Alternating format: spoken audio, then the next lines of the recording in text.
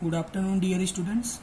In previous class, we studied about transfer of heat by conduction method, convection method, and radiation method. And today we will discuss about effect of heat, increase in temperature, specific heat. Clear? यहाँ पे आपको एक activity number 4 दिया गया है, ठीक है. यहाँ पे एक डायग्राम दिया गया है, उस एक्टिविटी को आप खुद से रीड करिएगा, ठीक है. और रीड करने के बाद यहाँ पे जो क्वेश्चन है उसका आंसर पता करना है आपको, ठीक है. यहाँ पे 3 पॉट है अलग अलग तरह का. तो याद रखना, जो ब्लैक कलर है वो सबसे बेस्ट एब्जॉर्बर है रेडिएशन का. क्लियर? चलिए अब अपना आज का फर्स्ट टॉपिक है इफेक्ट्स ऑफ हीट.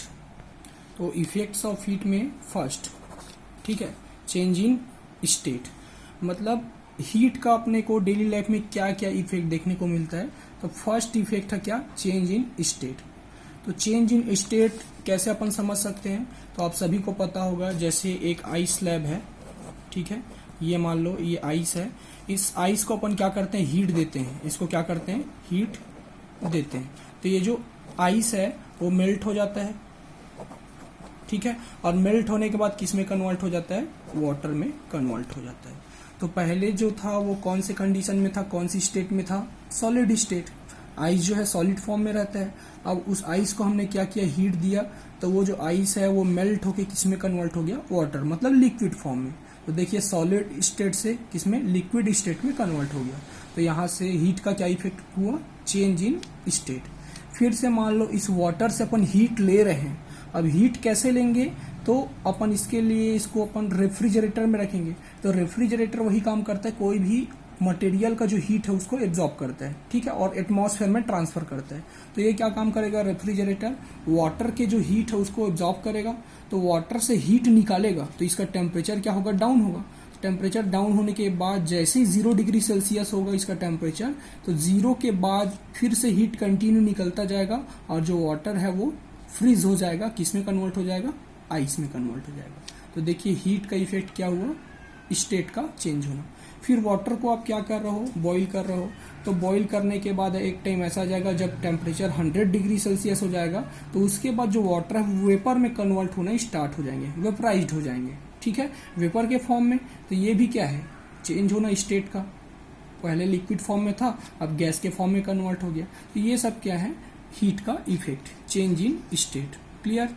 दूसरा इफेक्ट क्या है हीट का? Change in temperature. ठीक, अपन किसी भी बॉडी को अपन हीट देते हैं तो उसका टेम्परेचर क्या होता है? या तो इंक्रीज होता है या तो डिक्रीज होता है. मींस हीट जब देंगे किसी भी मटेरियल को तो टेम्परेचर क्या होगा? इंक्रीज होगा. और जब हीट लेंगे तो टेम्परेचर क्या होगा? डिक्रीज होगा. क्लियर है? फॉर एग्जाम्पल अपन किसी भी ऑब्जेक्ट को, ठीक है, किसी भी ऑब्जेक्ट को अपन क्या किए? धूप में रख दिए. ये मान लो मेटल का एक पीस है, ठीक है, कोई सा भी मेटल हो सकता है, कॉपर, एल्यूमिनियम, आयरन, कुछ भी हो सकता है. इस मेटल के पीस को अपन क्या कर दिए? धूप में रख दिए. तो धूप में रखने के बाद क्या हो जाएगा? थोड़ी देर में गर्म हो जाएगा. तो गर्म होने का मतलब टेम्परेचर क्या हुआ? राइज. अब हो क्या रहा है? सन से जो रेस आ रही है रेडिएशन के फॉर्म में, वो रेडिएशन इस पे इंसिडेंट हो रही है, इस मेटल पे, मेटेलिक सरफेस पे, ठीक है. अब इसको क्या मिल रहा है? हीट मिल रहा है in the form of radiation. तो हीट जब मिलेगा तो इसका टेम्परेचर क्या हो रहा है? राइज हो रहा है. और थोड़ी देर बाद ये क्या हो जाता है? गर्म हो जाता है. ठीक. अब इसी मेटल पीस को अपन क्या करें? वाटर में रख दे, वाटर के अंदर डाल के रख दें. तो वाटर के अंदर डाल के रखेंगे, क्या हुआ? थोड़ी देर में ठंडी हो जाएगी. ठीक है, धूप में रखे थे तो गर्म, और वाटर के अंदर रखे थे तो क्या हो गई? ठंडी. अब ठंडी क्यों हुई? ये जो मेटल है उसका टेम्परेचर ज्यादा था किसके कंपेरिजन में? वाटर के कंपेरिजन में. ये मान लो एक कंटेनर है, इस कंटेनर में क्या है? वाटर है. तो ये जो वाटर है उसका टेम्परेचर कम रहता है किसके कंपेरिजन में? मेटल के कंपेरिजन में. तो होगा क्या? मेटल का जो हीट है वो कहाँ पे चला जाएगा? कहाँ पे ट्रांसफर हो जाएगा? वाटर में. क्लियर? तो मेटल से हीट निकल रहा है तो मेटल का टेम्परेचर क्या हो जाएगा? डाउन हो जाएगा, और इस तरह से वो ठंडी लगेगी. क्लियर है? याद रखना, हमेशा हीट कहाँ से कहाँ फ्लो होती है? Higher temperature to lower. इस कंडीशन में वाटर का टेम्परेचर जो था लोअर था और मेटल का हायर था, तो हीट कहाँ से कहाँ? Metal to this water. और इससे पहले वाले कंडीशन में सन से जो रेस आ रही थी हायर टेम्परेचर पे और मेटल लोअर टेम्परेचर पे, तो हीट कहाँ से कहाँ? सन से कहाँ? मेटल में. तो इसको जो टेम्परेचर है वो इंक्रीज हो रहा था। क्लियर। नेक्स्ट इफेक्ट क्या है, थर्मल एक्सपेंशन। थर्मल एक्सपेंशन अपने को देखने को मिलता है, किसी भी चीज को अपन गर्म करें तो क्या हो जाता है, एक्सपेंड हो जाता है। जैसे कि अपन एक बलून है, ठीक है, इस बलून को अपन किसके पास ले जाते हैं, फायर के पास ले जाते हैं, ठीक है, ये रहा फायर। तो फायर के पास ले जाने से क्या हो जाता है, ब्लास्ट हो जाता है ये, ठीक है। बर्स्ट होना मतलब फूट जाना, ठीक। तो ऐसा क्यों हुआ, यहां से इसको फायर के पास ले जाएंगे तो इसका हीट मिलेगा, फायर का जो हीट है बलून को मिलेगा। बलून के अंदर गैस है, ठीक है, वो गैस में क्या होगा, थर्मल एक्सपेंशन, ठीक है, वो क्या होगा, एक्सपैंड होगा। एक्सपैंड होने से उसको जगह नहीं मिल पाएगा, ठीक है, उसको जगह नहीं मिल पाएगा एक्सपैंड होने के लिए, तो क्या हो जाएगा, बर्स्ट हो जाएगा। क्लियर। ये थर्मल एक्सपेंशन की एग्जांपल है। और आपको एक एग्जांपल बताता हूं, रेलवे ट्रैक में 2 ट्रैक के बीच गैप छोड़ा जाता है, आप सभी को पता होगा, ये चीज आप सुने होंगे। ये जो रेलवे ट्रैक है उसमें 2 ट्रैक के बीच में आप प्रैक्टिकली देखे भी होंगे, थोड़ा सा गैप रहता है। तो ये गैप क्यों छोड़ा जाता है, ताकि ये जो समर सीजन में होता है क्या, टेम्परेचर एटमॉस्फेयर का बहुत ज्यादा रहता है, तो टेम्परेचर ज्यादा रहता है तो ये जो मेटेलिक ट्रैक है उसमें थर्मल एक्सपेंशन होता है। थर्मल एक्सपेंशन होने से क्या होगा, इसका जो लेंथ है वो थोड़ा सा इंक्रीज हो जाएगी, इसका भी इधर थोड़ा सा इंक्रीज होगा और इधर से भी क्या होगा, थोड़ा सा इंक्रीज होगा, ठीक। अब अगर अपन बीच में गैप नहीं छोड़ेंगे तो क्या होगा, समर सीजन में तो एक्सपेंशन होना ही नहीं है, लेकिन अभी गैप छोड़े तो इसको एक्सपेंड होने के लिए जगह मिल गया, और अगर जगह नहीं छोड़ते तो क्या हो जाता, वो बेंड हो जाता, ऐसा करके ये बेंड हो जाता, ठीक है, तो प्रॉब्लम हो जाता। इसीलिए अपन क्या करते हैं, थोड़ा सा गैप छोड़ते हैं due to thermal expansion. Clear. एक और एग्जांपल आपको बताता हूँ, जो बुलक कार्ट है, बैलगाड़ी का जो व्हील है, ठीक है, उस व्हील में आपने देखे होगा अंदर का जो स्ट्रक्चर है वो वुड का बना रहता है, ठीक है, ऐसा कुछ वुड का बना रहता है। फिर उसके बाहर में एक मेटेलिक रॉड लगाया जाता है, आप सभी को पता होगा, ठीक है, मेटेलिक रॉड रहता है, ठीक है, ताकि आसानी से वो खराब ना हो। अब ये जो मेटेलिक रॉड है उसको अपन कैसे लगाते हैं, तो उसको लगाने के लिए अपन क्या करते हैं, जो मेटेलिक रॉड है वो सर्कुलर फॉर्म में रहता है, तो इसमें फिट करने के लिए अपन क्या करते हैं, पहले इसको गर्म करते हैं, जो मेटेलिक रॉड है उसको क्या करते हैं, गर्म करते हैं, ठीक है। अब गर्म करने से क्या होगा, इसका जो रेडियस है वो इंक्रीज हो जाएगा, सरकमफेरेंस भी इंक्रीज हो जाएगा, किसका, मेटेलिक रॉड का, जो कि सर्कुलर फॉर्म में है। अब इसका सरकमफेरेंस अगर इंक्रीज हो जाता है तो वो आसानी से इसमें क्या हो सकेगा, फिट हो सकेगा, ठीक है। अब फिट होने के बाद इसको टाइट करने के लिए अपन क्या करते हैं, इसमें पानी डाल देते हैं, किसमें, ये जो मेटेलिक रॉड है उसमें फिट करने के बाद। अब पानी डालने से क्या होगा, फिर से कंप्रेशन होगा, ठीक है, और कंप्रेशन होने के बाद क्योंकि टेम्परेचर तो डाउन हो गया, पानी डालने से टेम्परेचर डाउन होगा, टेम्परेचर डाउन होने से कंप्रेशन होगा, और कंप्रेशन होने से टाइट इसमें क्या हो जाएगा, फिट हो जाएगा। क्लियर। तो इस मेथड से अपन इसको फिट करते हैं।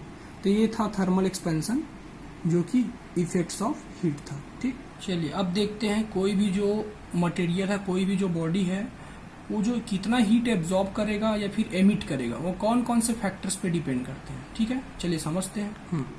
तो यहाँ से जो हीट है, Q इज अ हीट ना, ठीक है, तो जो हीट है वो कौन कौन से फैक्टर्स पे डिपेंड करता है, तो सबसे पहले मास, ठीक, मतलब कोई भी बॉडी कितना हीट एब्जॉर्ब करेगा वो किस पे डिपेंड करता है, उसके मास पे।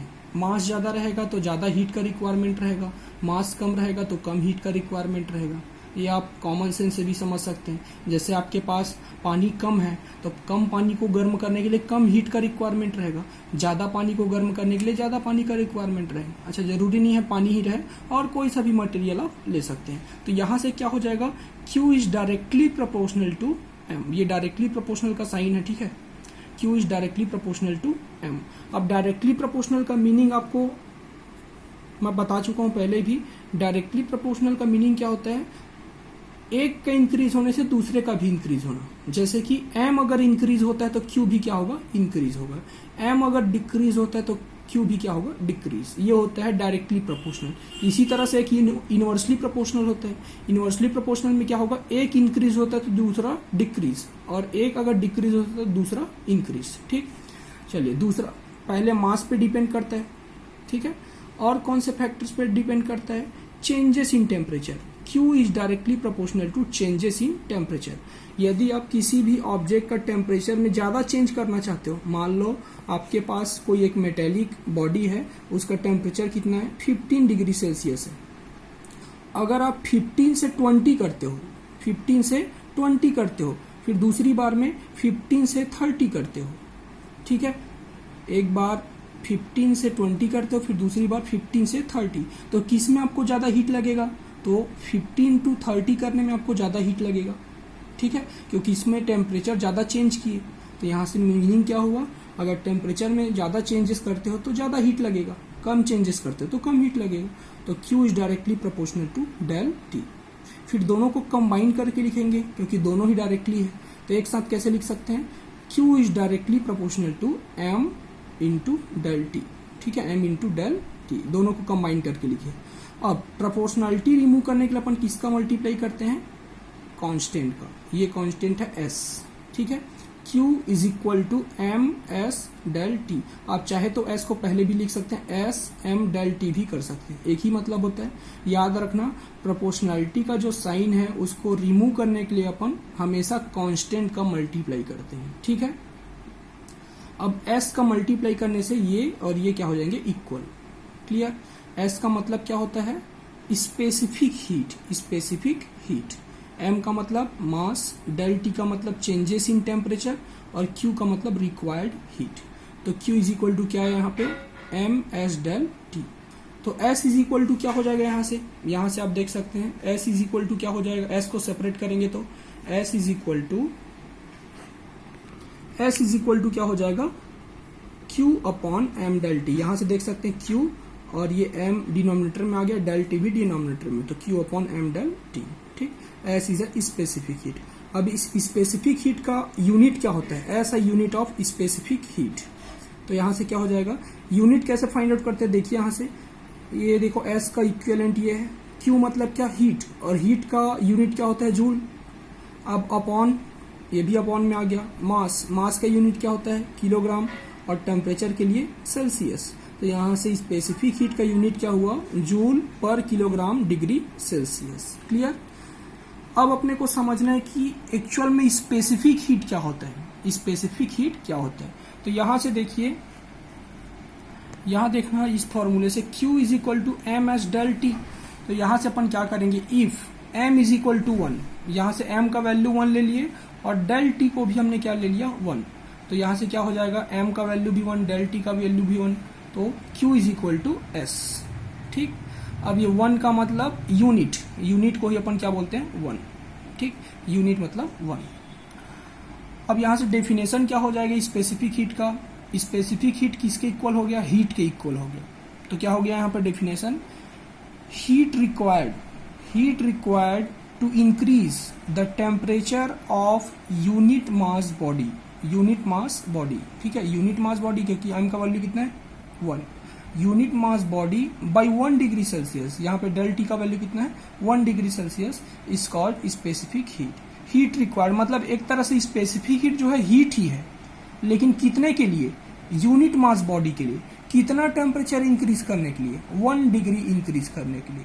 मीन्स किसी भी मटेरियल का जो जिसका मास क्या है? यूनिट है, यूनिट मास बॉडी का टेम्परेचर को 1 डिग्री सेल्सियस राइज करने के लिए जितना भी हीट लगेगा उसको अपन क्या बोलेंगे? Specific heat. एक एग्जांपल लेते हैं अपन, ये क्लास 11th का बुक है, इसमें देखिए कुछ सब्सटेंस के स्पेसिफिक हीट दिए हैं, ठीक। तो यहाँ से देखिए स्पेसिफिक हीट ऑफ वाटर कितना होता है? 4186। तो specific heat of water 4186 joule पर किलोग्राम पर केल्विन है। डिग्री सेल्सियस की जगह पे आप केल्विन भी ले सकते हो, बोथ आर सेम ना, ठीक। तो यहाँ पे इतना है, इसका मतलब क्या समझ रहे हो? 1 किलोग्राम वाटर, मान लो मैं 1 किलोग्राम वाटर लेता हूँ, उस 1 किलोग्राम वाटर का जो टेम्परेचर है उसको 1 डिग्री राइज करने के लिए मेरे को इतना सारा हीट का रिक्वायरमेंट रहेगा। कितना? 4186 जूल का, ठीक। कितना वाटर लेना है? 1 किलोग्राम, ठीक। और उसका टेम्परेचर कितना डिग्री राइज करना है? 1 डिग्री। जैसे फॉर एग्जांपल इनिशियली वाटर का टेम्परेचर कितना है? मान लो 15 डिग्री सेल्सियस है। अब 15 से मेरे को 16 कर रहे हैं, कितने किलोग्राम वाटर का? 1 किलोग्राम वाटर का। तो मेरे को उसके लिए कितना सारा हीट लगेगा? उसको कितना सारा हीट उसको दूंगा मैं?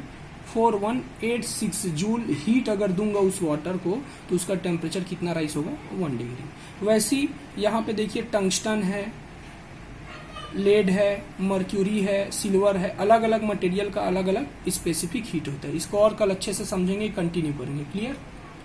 Okay, thank you.